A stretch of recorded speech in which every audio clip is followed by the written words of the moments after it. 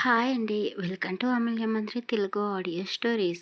ఈరోజు మనం వినబోయే స్టోరీ అందాల అపరంజి బొమ్మ నా ప్రేసకి పార్ట్ 5.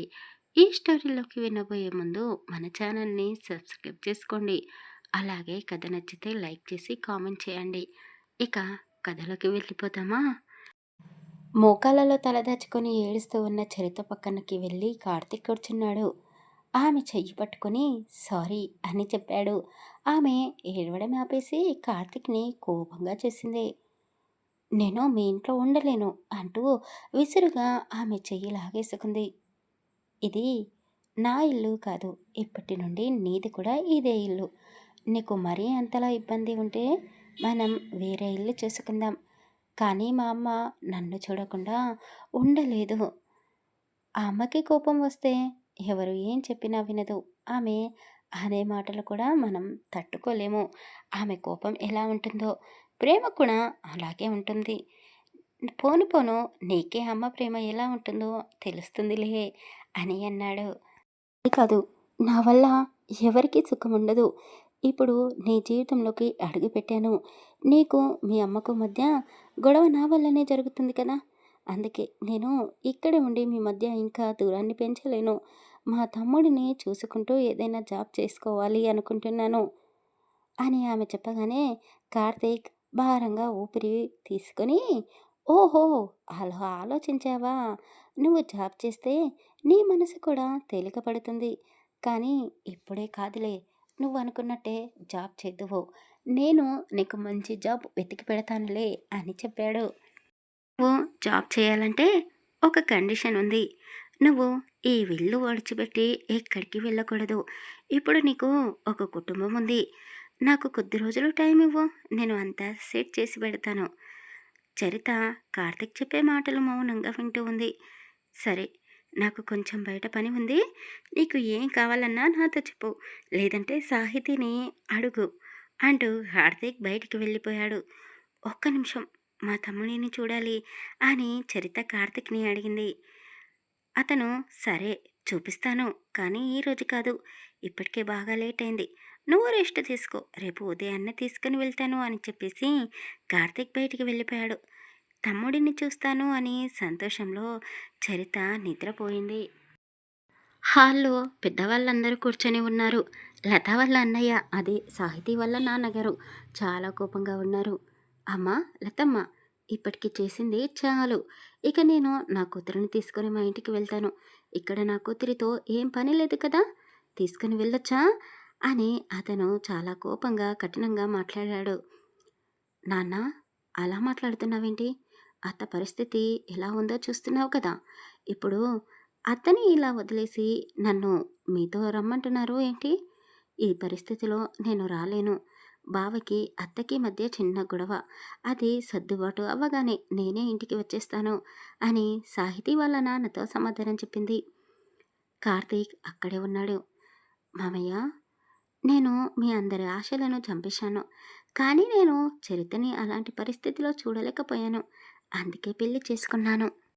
నన్ను వీలైతే మీరందరూ క్షమించండి. సాహితి, నీకు నేను ముందుగానే చెప్పాను కదా, నువ్వు నాకు చెల్లెలితో సమానం. చిన్నప్పటి నుండి మనం కలిసి పెరిగాము. నిన్ను ఎప్పుడూ నేను మరో ఉద్దేశంతో చూడలేదు. అయినా అమ్మ మాట కాదనలేక నువ్వు నాతో పెళ్ళికి ఒప్పుకున్నావు. నాకు తెలుసు, నీకు చదువుకు ఇబ్బందిగా ఉంది అన్నావు కదా, ఇక్కడే ఉండు. అమ్మకు నిన్ను చూస్తే కాస్త కోపం తగ్గుతుంది అని చెప్పేసి కార్తీక్ అభిమన్యుతో కలిసి బయటికి వెళ్ళాడు. కార్తీక్ చెప్పిన మాటలకి అక్కడ ఉన్నవాళ్ళు కాస్త షాక్ అయ్యారు. ఏంటమ్మా, ముందుగానే నీకు కార్తీక్ అన్ని విషయాలు చెప్పాడా? మరి మాతో ఎందుకు చెప్పలేదు అని కార్తీక్ తండ్రి అడిగాడు. అయ్యో మామయ్య, మీకు ఎలా చెప్పాలి? అత్తయ్య, నేను మొన్న పండుగకి వచ్చినప్పుడు బావ నాకు అంతా క్లియర్గా చెప్పాడు, తన మనసులో లేను అని. కానీ మీరు ఫోన్ చేసినప్పుడు ఎందుకో నాకు చిన్న ఆశ కలిగింది. ఎందుకో తెలుసా అత్త, బావ నిన్ను ఎంత గౌరవిస్తాడో, అసలు నీ మాట కాదన్నడు. అలాంటి బావని చేసుకుంటే నా జీవితం కూడా సంతోషంగా ఉంటుంది అనుకున్నాను. అంతేకాదు, మా నాన్నకి ఒక కొడుకులా బావ ఎప్పుడు తోడుంటాడు అని ఆశపడ్డాను. కానీ అది తప్పని ఈరోజే తెలిసింది. కానీ బావ ఏమన్నాడో మీరందరూ విన్నారు కదా! నేను బావ దృష్టిలో ఒక చెల్లెలిలాగా, అతనికి చెల్లెలితో సమానమన్నాడు. అత్త, బావతో బలవంతంగా నా పెళ్లి జరిపించినా అతను నాతో కాపురం చేసేవాడే కాదు. అప్పుడు నేను బాధపడి, నన్ను చూస్తూ మీరు బాధపడాల్సి వచ్చేది. నాన్న, మనకు బావ అన్ని విధాలుగా సహాయం చేస్తాడు. ఒక కొడుకులా తోడుంటాడు అని చెప్పేవారు కదా మీరు. నన్ను పెళ్లి చేసుకుంటేనే బావ మన కుటుంబానికి తోడుగా ఉండడు. ఇప్పుడు కూడా మన 2 కుటుంబాలకి బావ ఒక్కడే తోడుగా ఉంటాడు. అత్త, నువ్వు నన్ను కోడలుగా చేసుకోవాలి అని చాలా ఆశపడ్డావు. కానీ అలా జరగలేదు. అయితే ఏమైంది ఇప్పుడు? నేను ఇప్పుడు ఎప్పుడు నీకు మేనకోడలినే. నువ్వు నాకు మేనత్తవే. మన బంధాన్ని ఎవ్వరు విడదీయలేరు అంటూ సాహితీని లతని హత్తుకుంది. చూసావా బావా, నా కూతురు చాలా పెద్దదైపోయింది. పెద్ద పెద్ద మాటలు మాట్లాడుతుంది. కార్తీక్‌ని అస్సలు తప్పు పట్టడమే లేదు అని సాహితీ తండ్రి మహేందర్‌తో అన్నాడు. సాహితీ, నీ ఇష్టమమ్మా. ఇక్కడే మీ అత్తకు తోడుగా ఉంటాను అంటే నేను కాదనలేను. సరే మరి, నేను వెళ్తాను. ఇంట్లో మీ అమ్మ ఒక్కతే ఉంది అని చెప్పేసి సాహితీ తండ్రి గోవర్ధన్ అక్కడి నుండి వెళ్ళిపోయాడు. ఒరేయ్ కార్తిక! ఇప్పుడు ఏం చేస్తావురా?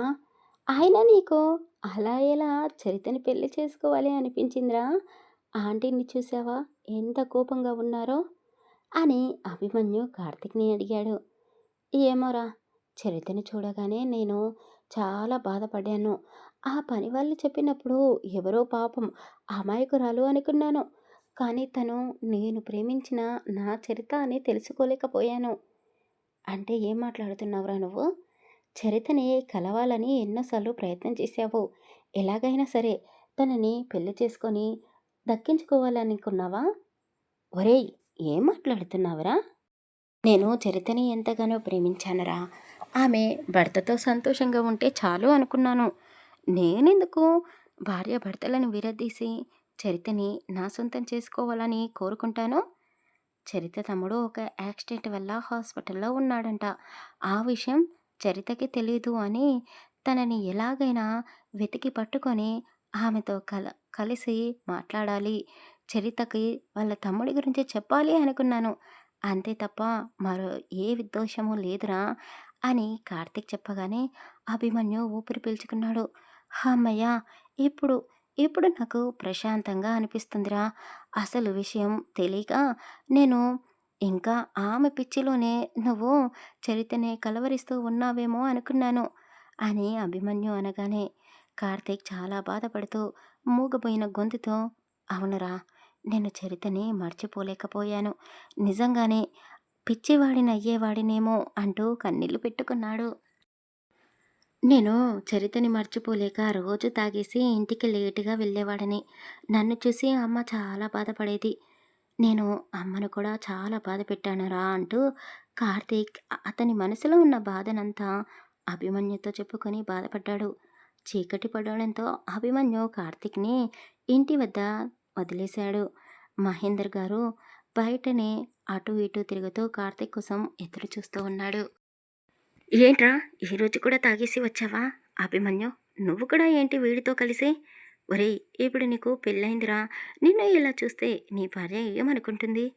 అయ్యో నాన్న, నాకు పెళ్లి జరిగింది అన్న సంతోషంతో కొంచెమే తాగాను. కానీ అమ్మ నా పెళ్లితో సంతోషంగా లేదు అన్న బాధలో ఇంకొంచెం తాగాను. అంతే నాన్న, అది కాస్త ఎక్కువైంది నాన్న అంటూ కార్తీక్ తూలుతూ నడుస్తున్నాడు. లత కూడా హాల్లోనే ఉంది. కార్తీక్‌నే చూస్తూ ఉంది. తల్లిని చూడగానే కార్తీక్ స్టడీగా నిలబడ్డాడు. అయ్యో మామ్స్! మీరు ఇంకా పడుకోలేదా? ఎందుకమ్మా అంత కోపంగా ఉన్నావు? నువ్వు నవ్వుతేనే బాగుంటావు తెలుసా?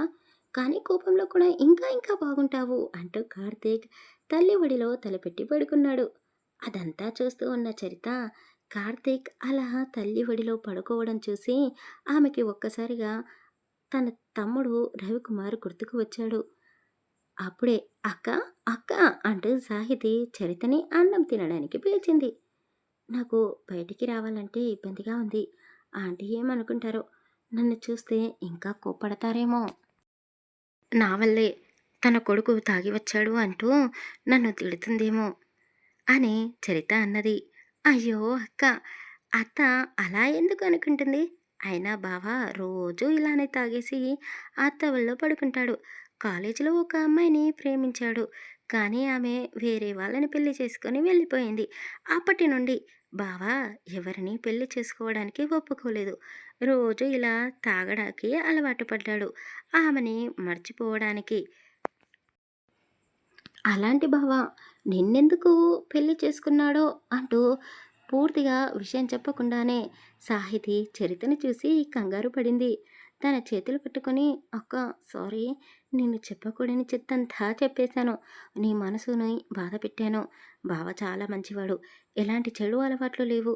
ఈ తాగుడు కూడా 2 సంవత్సరాలుగా అలవాటు చేసుకున్నాడు. అది కూడా ఆ అమ్మాయి వల్లనే. అంతే అక్క. నువ్వు బావని చెడ్డవాడు అని మాత్రం అనుకోకు. చరిత సాహితీ చెప్పే మాటలు విని మౌనంగా ఉండిపోయింది. అయినా అతను ఎవరిని ప్రేమిస్తే నాకెందుకు? తాగి వస్తే నాకేంటి అని చరిత మనసులోనే అనుకుంది. సాహితీ, చరిత ఇద్దరూ కలిసి డైనింగ్ టేబుల్ వద్దకు వెళ్ళారు. అభిమన్యు, నువ్వు తినేసి వెళ్ళు అని మహేంద్ర గారు అభితో చెప్పడంతో నలుగురు కలిసి భోజనానికని కూర్చున్నారు. చరిత, నీకు ఇక్కడ ఎలాంటి ఇబ్బంది ఉండదమ్మా. నువ్వు ప్రశాంతంగా ఉండు అంటూ మహేందర్ గారు చరితకి చెప్పాడు. కానీ అత్తగారు చూసే చూపులకు చరిత చాలా భయపడిపోయింది. కార్తీక్ని సోఫాలో పడుకోబెట్టి లత డైనింగ్ టేబుల్ వద్దకు వచ్చింది. ఆమెకే తెలియకుండానే భయంతో లేచి నిలబడింది చరిత అత్తగారిని చూసి. ఆ తర్వాత ఏం జరగబోతుందో తర్వాయి భాగంలో తెలుసుకుందాం. కథ నచ్చితే ప్లీజ్ లైక్ చేసి కామెంట్ చేయండి. Thank you.